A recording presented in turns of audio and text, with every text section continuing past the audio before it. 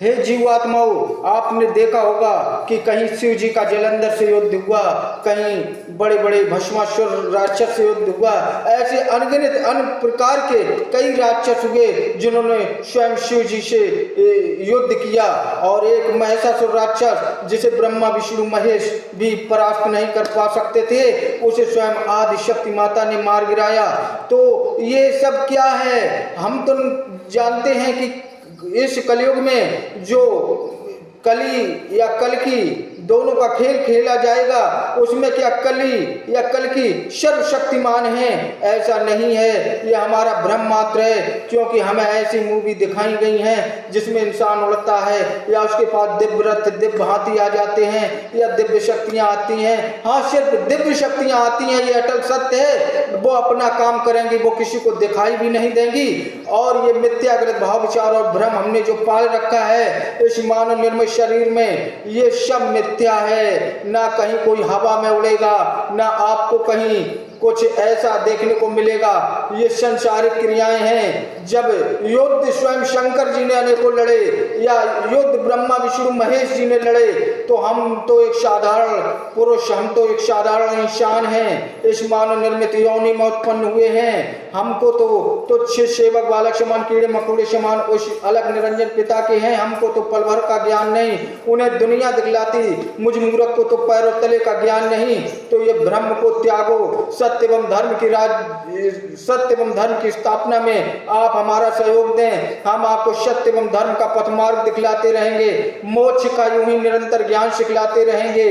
कैसे ये संपूर्ण राक्षसों या देवताओं में आपस में युद्ध हुआ, एक अलग निराकारी निर्गुण अविनाशी सत्य निरंजन पिता की लीला दर्शाई गई समाज में। क्या कभी वो देवताओं से लड़े या शंकर जी से जौन युद्ध हुए जलंधर के, या उनके कुछ अंश थे उनसे युद्ध हुए, या भस्मासुर से युद्ध हुए? लोग कहते कि शंकर जी को पता नहीं। अरे शंकर जी को तो अलग निरंजन पिता द्वारा सब कुछ ज्ञात था।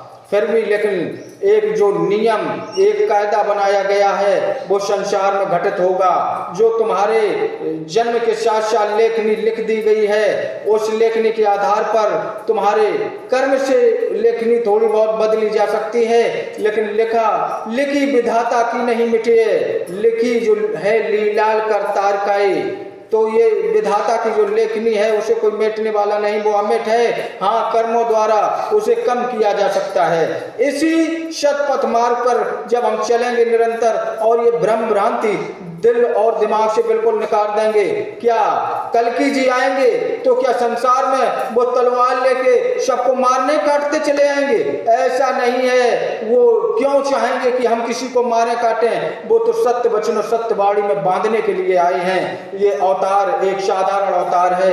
ये प्रभु रामचंद्र जी से भी बढ़िया अवतार इस कलयुग में होगा, जो सिर्फ इस धरा पर सत्य एवं धर्म की जोत जलाने एवं मोक्ष संपूर्ण जीवात्मा को तारणहार, परमात्मा के दर्शन स्वरूप तारणहार ले जाने के लिए ये अवतार हुआ है। ये कहीं न मल युद्ध, न गृह युद्ध, न आपस में भेद विचार, न आपस में ईर्ष्या रखनी चाहिए, न आपस में किसी के प्रति जलन भावना, न आपस में किसी के प्रति कोई ऐसा आपका भाव विचार आए कि हम उसे मार डालेंगे, काट डालेंगे, या उसका ऐसा अहित हो जाए या उसका बुरा हो जाए। हम किसी को कोसेंगे नहीं कि किसी का सत्यानाश हो, ऐसा मन में भाव विचार भी नहीं लाएंगे।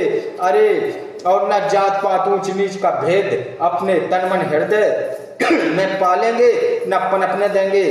क्योंकि इस धरा पर सत्य पूजा सभी लोगों ने की है, चाहे वो हिंदू हों या मुस्लिम हों या सिख हों या ईसाई हों या अनेकों धर्म गुरु हों।